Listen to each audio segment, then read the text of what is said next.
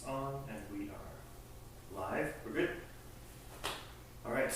Good evening, everyone. Welcome, and thank you so much for joining us.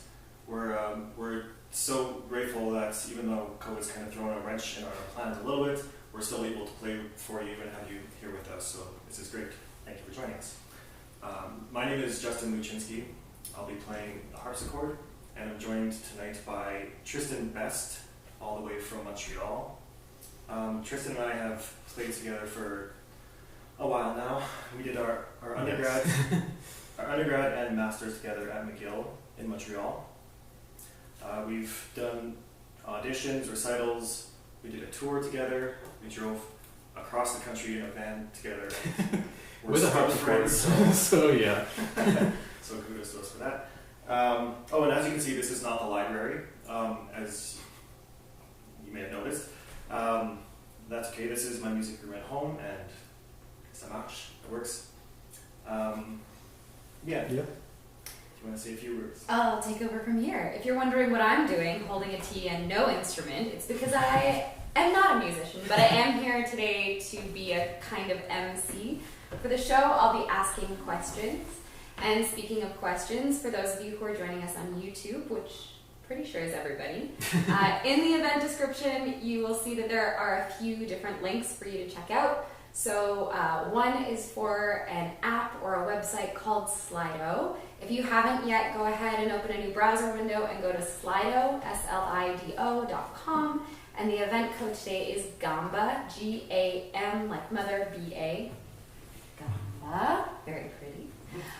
From there, you'll have a chance to check out the scores of all the things that we're playing today. You'll be able to ask questions. So if there's anything that you want me to get from our wonderful musicians today, feel free to ask it there.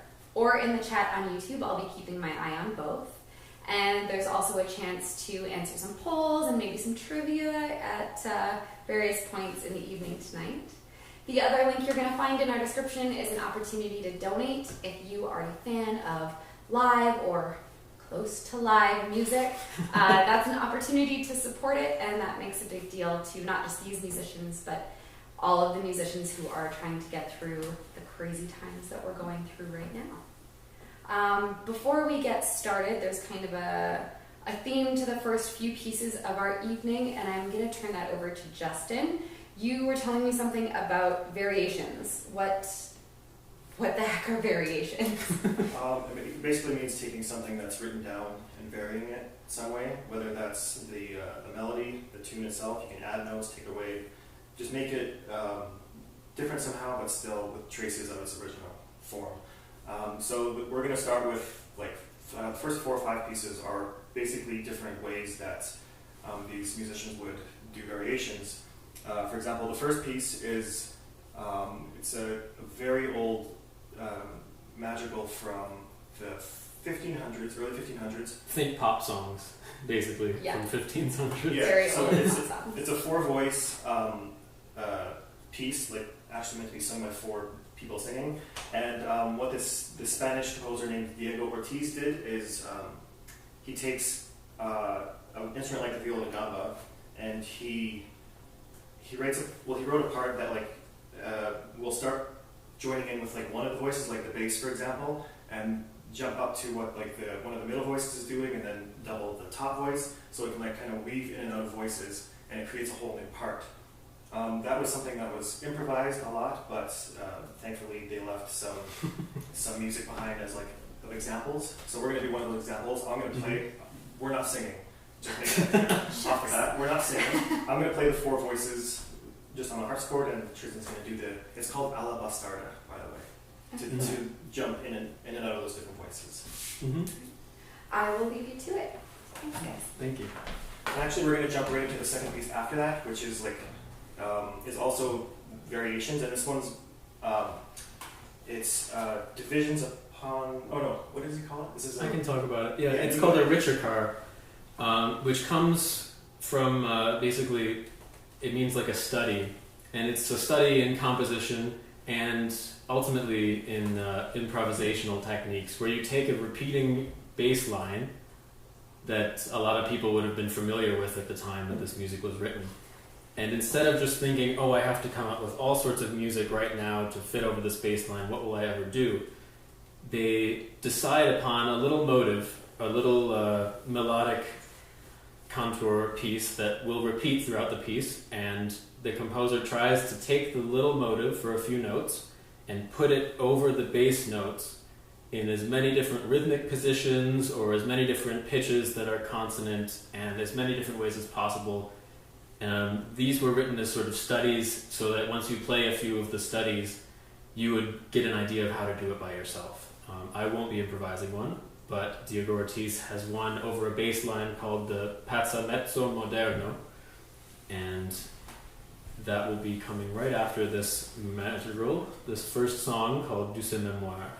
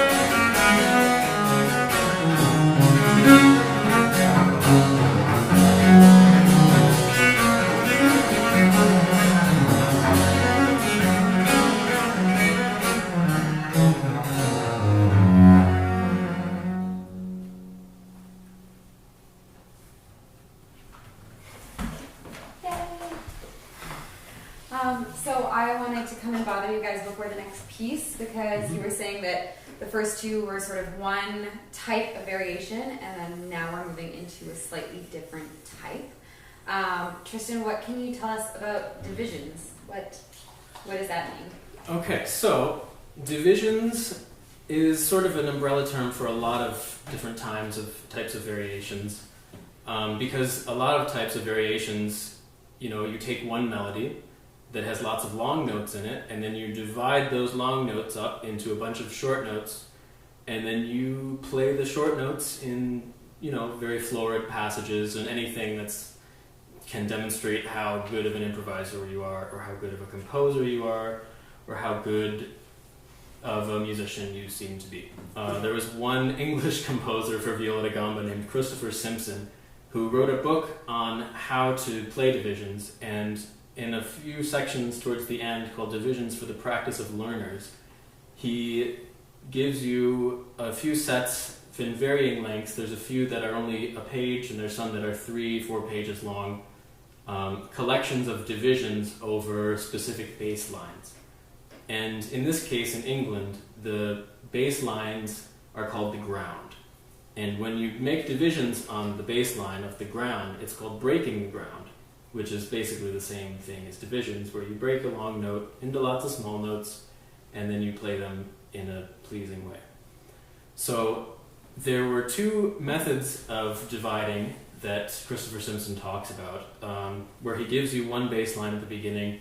There is something called breaking the ground, which is where you sort of focus on the notes of the bass line that you're given, and you embellish them, but you can hear the bass line still while you're playing. And then there's another method called discanting, where you depart from the bass line, the notes of the bass line, and you play consonances and melodies and whatever you think is nice, usually above the bass line, but whilst another instrument takes care of the bass line. In this case, the harpsichord. But you could have a lute, you could have an organ, you could have another viola da gamba. You don't really need to play it with the bass line, but it really loses something if you don't hear the structure that's underlying the whole piece. Is there anything in the gamba that you're really hoping we'll hear, or that we should listen out for in this piece? Oh, for this one, yes. Just sort of like in the first piece that we played, this piece is about 100 years later than that, and the style and the technique of viol players had evolved at this point and was a bit crazier, in England at least, where they tried to take advantage of the whole range of the instrument. So as you might be able to see, I'm not sure how clear it is, but I have 7 strings on this viol. A lot of the instruments in England would have had 6 strings. This one is a French model that has 7. But it basically means that you have a lot of notes all under your hand at any given time. So the instrument has a tremendous range, a very big melodic range, and they like to jump around between playing a mix of breaking the ground and discanting at the same time, where you jump between dividing on the bass and dividing on a melody very quickly, and you change between registers. And it gives the sort of feel that there's more than one instrument playing a part, even though it's one instrument. So that's something that this piece really does a good job of showcasing.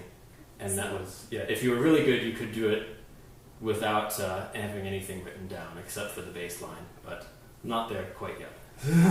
So we'll be listening for all of those jumps. Mm-hmm. Thanks. The technique of breaking the ground was, of course, groundbreaking at the time. I had to say it. I'm so sorry. I'm glad someone said it. So it's also customary before playing divisions on a ground that you present the ground to the audience so that everyone knows what the bass line sounds like, and they know sort of what to listen to while the rest of the pieces are playing. So before I get on to playing this piece, I will present to you the ground in G major.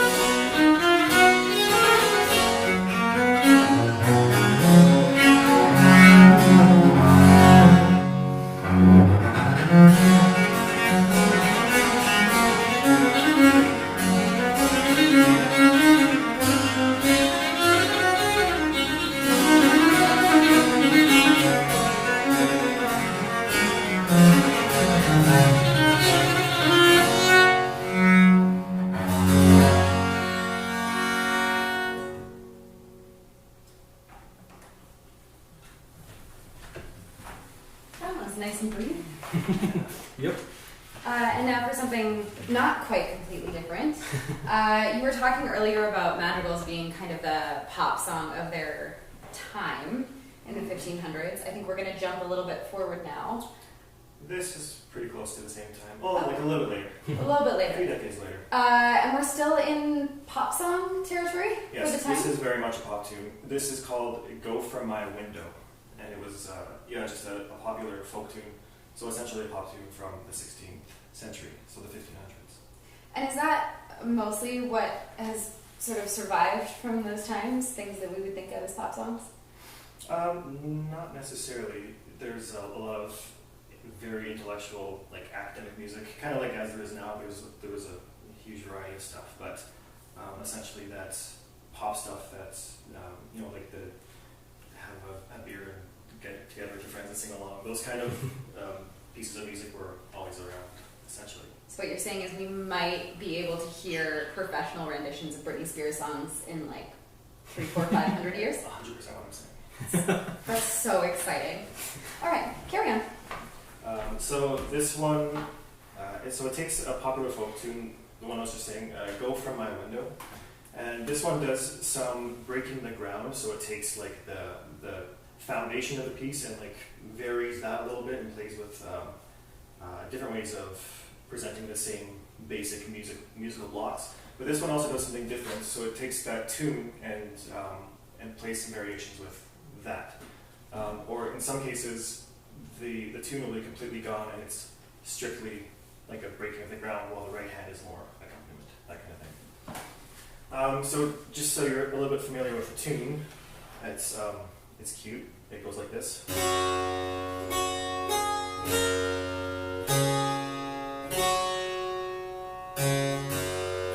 wait, there's more.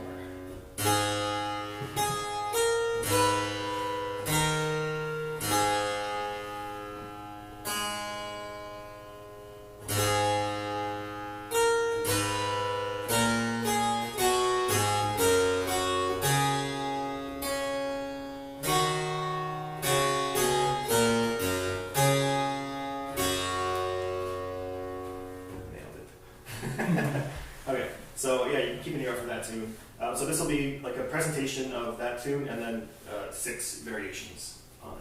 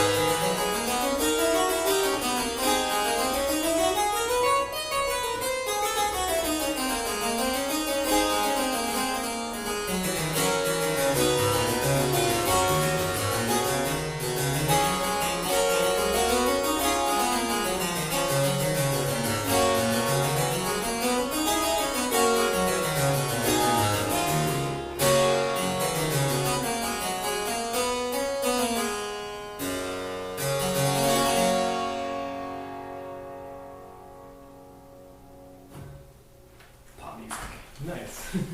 Thanks. Pleasure. Tristan, we're gonna hear a bit more from the gamba now. Yes. But I wanted to just give you a chance to talk a little bit about why early music, because that's something we got into at our last show. Why this? Why this? Well, that's always a long story, I guess. So I went to university. I played guitar and I focused on jazz for a long time, probably about like 10 years before I started university. And I spent my first year at university studying jazz guitar, and I wasn't really into it. I didn't really practice, and I was like, this just doesn't really feel like my thing. And in an intro to musicology class, we had to do some music history work, and scrolling through the depths of YouTube, I found a video of the Viola da Gamba, just an album cover, and I was like, I wonder what that is. So I clicked on it and I listened to it, and immediately it was just instant. I was like, I have to sell my guitars, I have to buy a viol, and I have to learn how to play it. And within 2 years, I sold my guitars, bought a viol, moved to Montreal, and started studying at McGill. So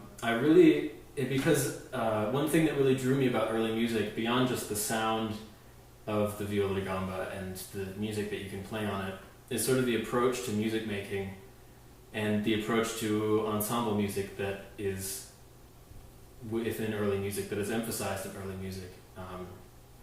A lot of classical music that I was familiar with tended to be sort of very perfectionist, very rigid. You have to do it one way, and that is the way that it has to be done. But what I was familiar with in jazz was, you just sort of make some stuff up. You don't like the melody? Change it a bit.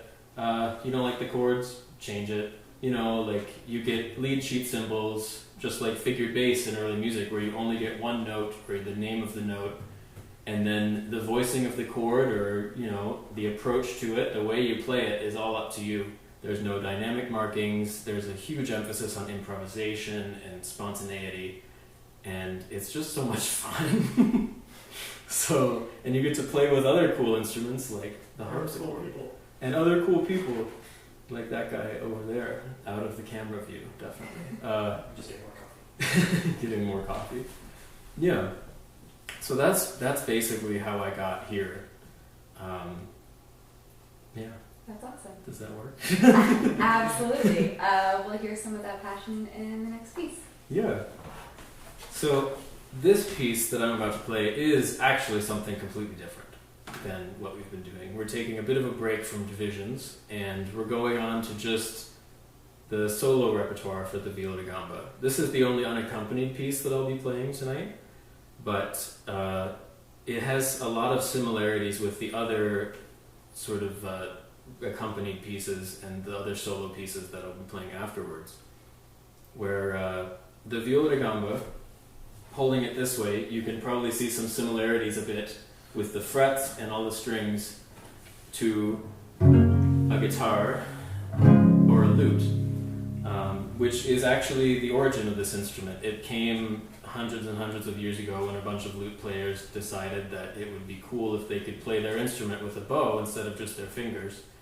And they adapted it, and sort of it went off on its own way.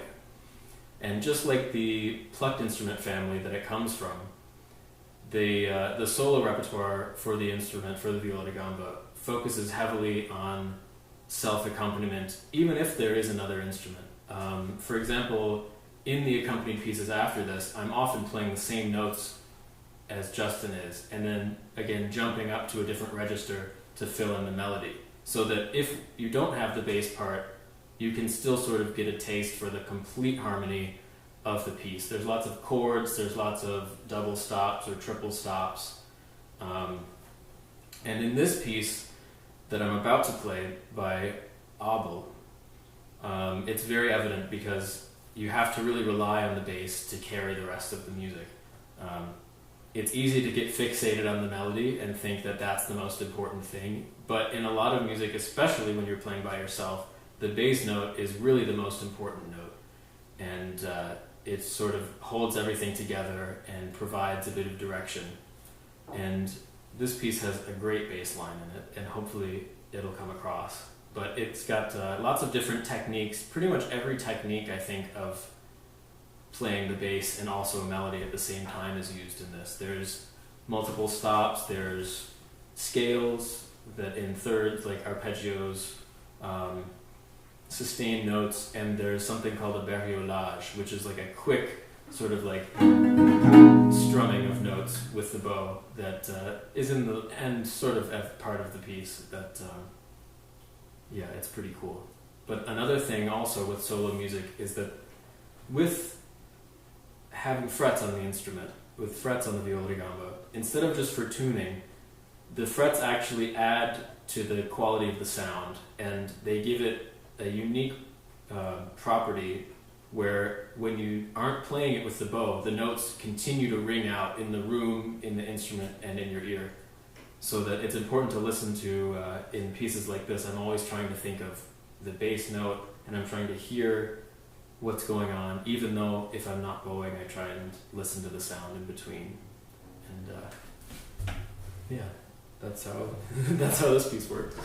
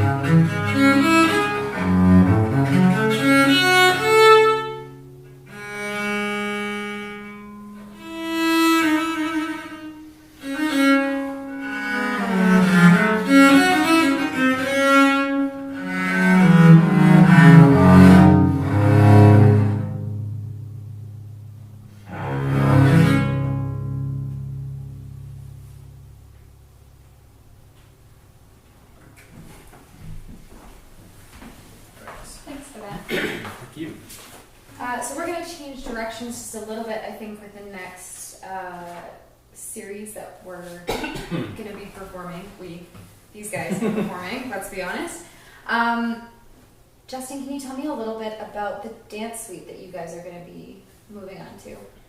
Sure. So this is a suite on mi mineur, a suite on in E minor by a composer named MARIN, who is a very important Viola da Gamba player.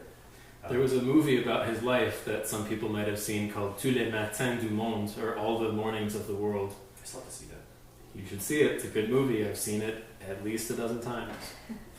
So we're going to do, it's, I think, like 6 or 7 movements, and they're all quite short, and they're all different dance forms, and they originate from actual, like, physical dance movements, and it's the types of dances dictated how like the meter of the pieces were composed, which beats were stressed, etc. So we're going to start with a prelude and something called an Allemande. The prelude is just like, it sets the mood, it sets the key that we're going to be playing in, and it's just something pretty to start.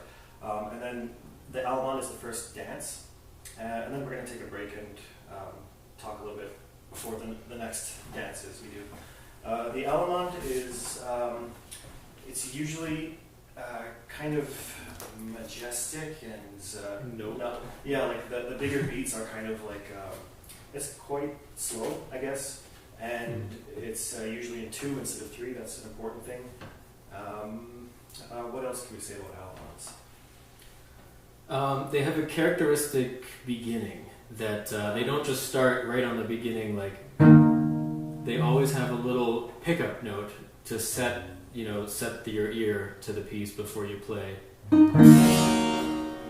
So yeah, that's a very Allemande thing. That's like, yeah. It usually has like those broader beats in 2 or 4, and then it has the smaller melodic pieces that are kind of just like thread in between, and but it's got like a nice majestic but like easy, steady pace. Very stately. Yeah. And would dance suites normally begin with an Allemande, or does it vary? It's pretty common to have them either at the beginning or shortly after, like a prelude or an overture, that kind of thing. But it's usually pretty close to the beginning. Okay. Thanks. That's pretty good. Oh, if you are following along with the music at home, you'll notice that, or you may not, but I'll just tell you, the first like 7 pages or whatever in this document are all Tristan's part, and if you scroll down past that, you'll see the prelude start again, and that's mine. So you have to kind of choose who you want to follow along with in this case. His part looks a lot cooler, so you might want to do that. I agree. But Justin's part is interesting because you'll hear him play lots of notes, but you won't see many written. Just 1 note and a little number. Actually, lots of numbers. So that's pretty fun to watch too, actually. That's my favorite part. You check notes. We're good. Let's go.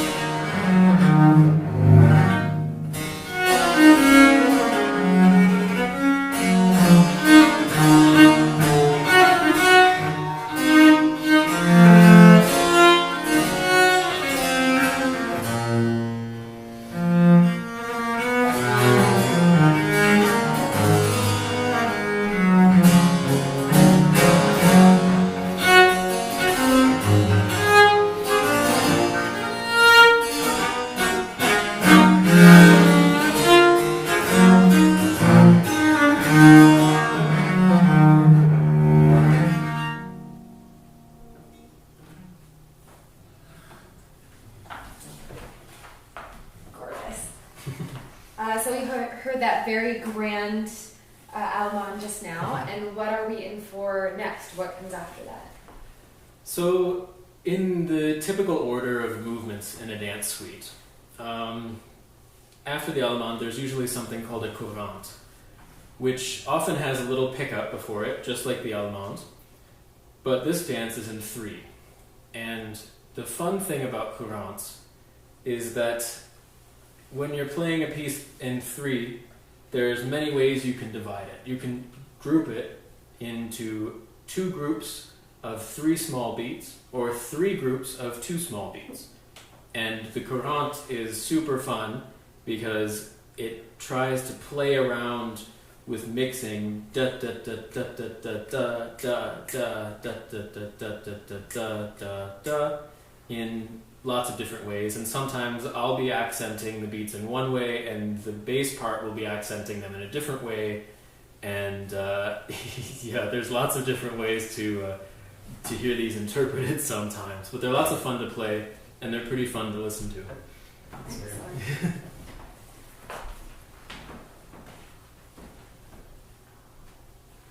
Are we doing the piece afterwards?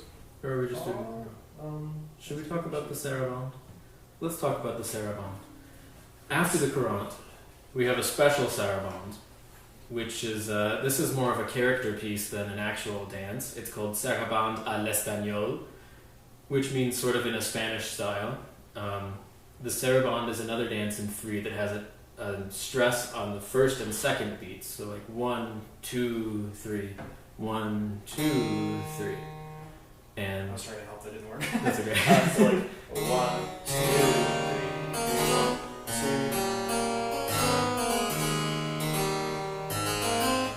2. Yeah, so it's a bit slower, and this piece is very dramatic. This Sarabande à l'Espagnol has lots of different colors and characters, and it's very upfront about its character, where some sarabandes tend to be a bit more reserved in their character. This one's going to be, it's been fun to rehearse, actually. It's probably the piece we've had the most fun with.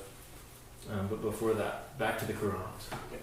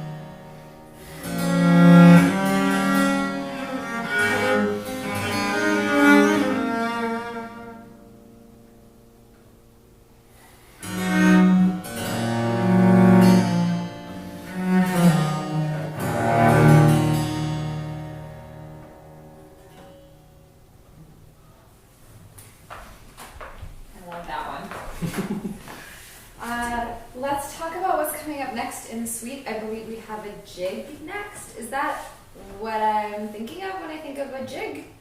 Kind of. Tell me more. What are you thinking about? Or we can just explain. Yeah, go for it, Justin. So a jig is usually quite a lively dance.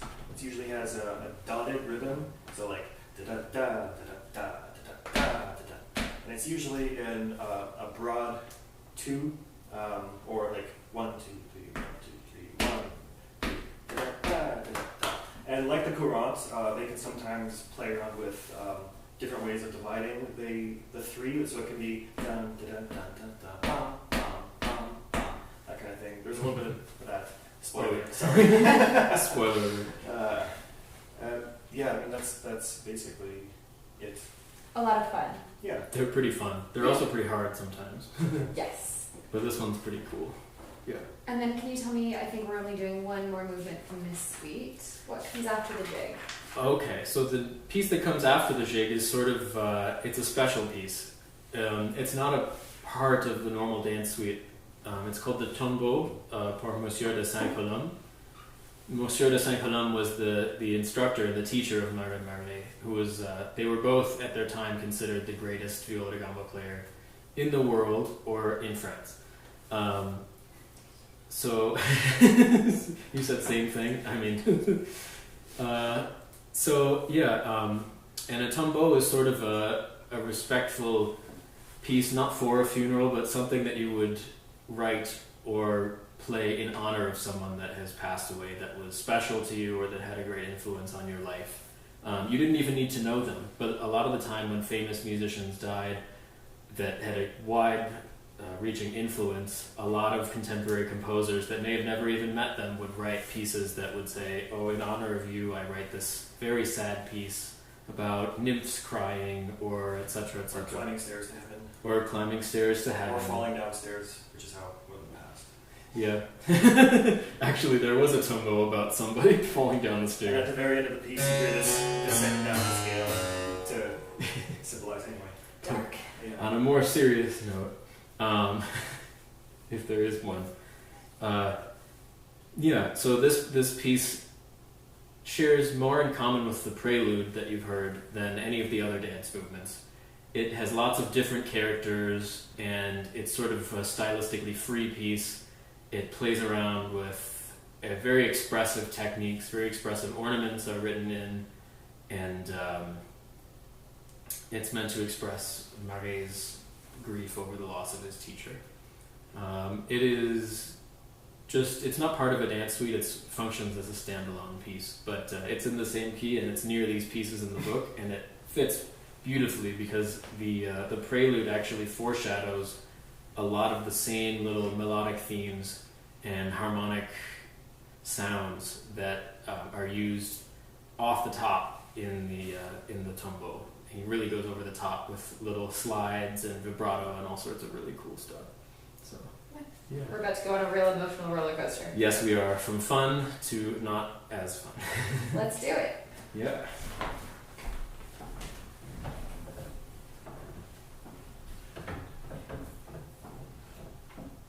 Yeah. And let me just check. Yeah. Yeah, good.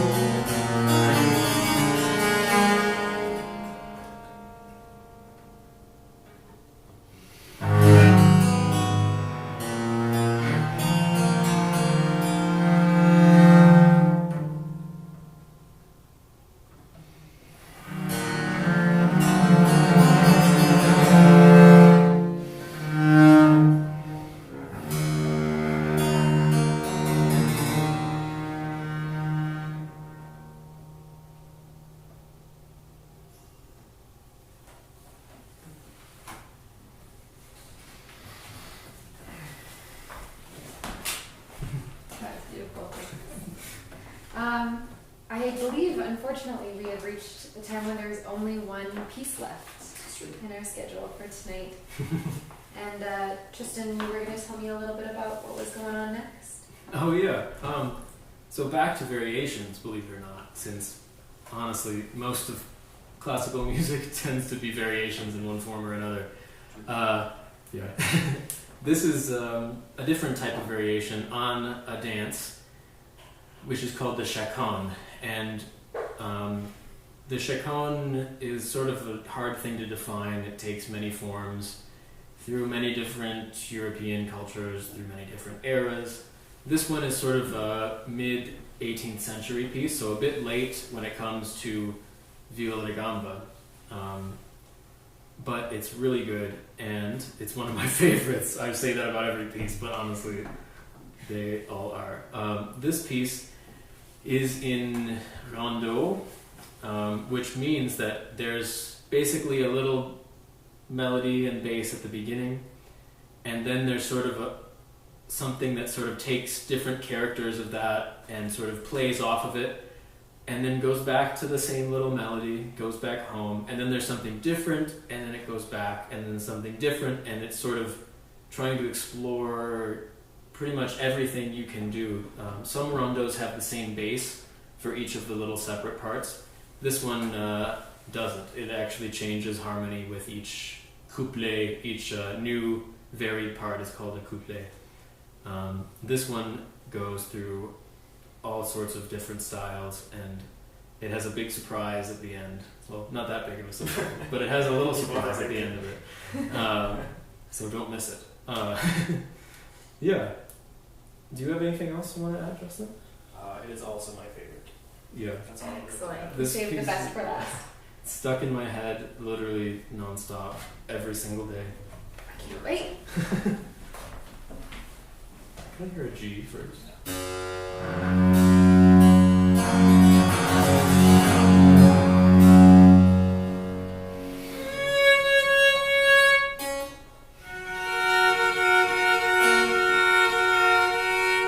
Yeah, close enough.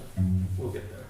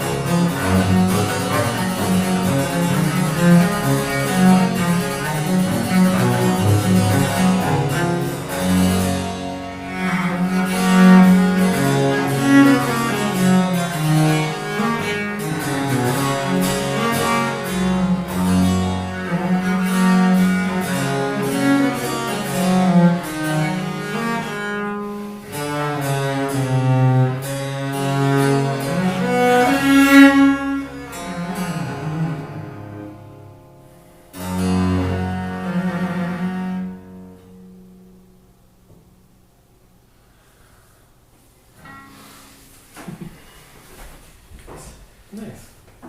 Well, that brings us to the end of the program. Unfortunately. Unfortunately. That was a lot of fun. Thanks for coming down to Calgary, Tristan. Thanks for having me. This was a great. Yeah, I hope so. I hope to. Thank you so much for everyone. Thank you so much to everyone for joining us. We hope you had as much fun as we did. For anyone who was at the last concert, I announced that the following concerts in this series would be September 26th today and October 24th. Unfortunately, just due to circumstances, we've had to temporarily postpone the following concert. So October, that concert will be announced soon when we have the date confirmed. I'd just like to say a special thank you to Leanne for being our MC host extraordinaire. Thank you to Tristan. Thank you, Justin. I'd like to thank the St. David's United Church for helping us out whenever we've come to a little hurdle. They've been there to help us find solutions. So Brent and Chantal at St. David's, thank you. I'm going to pull out my notes so I don't forget anyone here. Thank you to Tim for being our camera switcher. Excellent job. You're hired for the next one. I'd like to thank Lisa at Buckingham Palace. It's a concert series here in Calgary. It's excellent. You should check it out if you have a chance. Buckingham Palace. She lent us two of the cameras we're using tonight. They're a lot nicer than the ones I normally have, so that's a nice step up. So thank you, Lisa. And of course, Alberta Foundation for the Arts, Canada Council for the Arts, and private donors. This wouldn't be possible without your financial support and believing in us, so thank you so much. Thank you. Thanks again, everyone, and have a good night.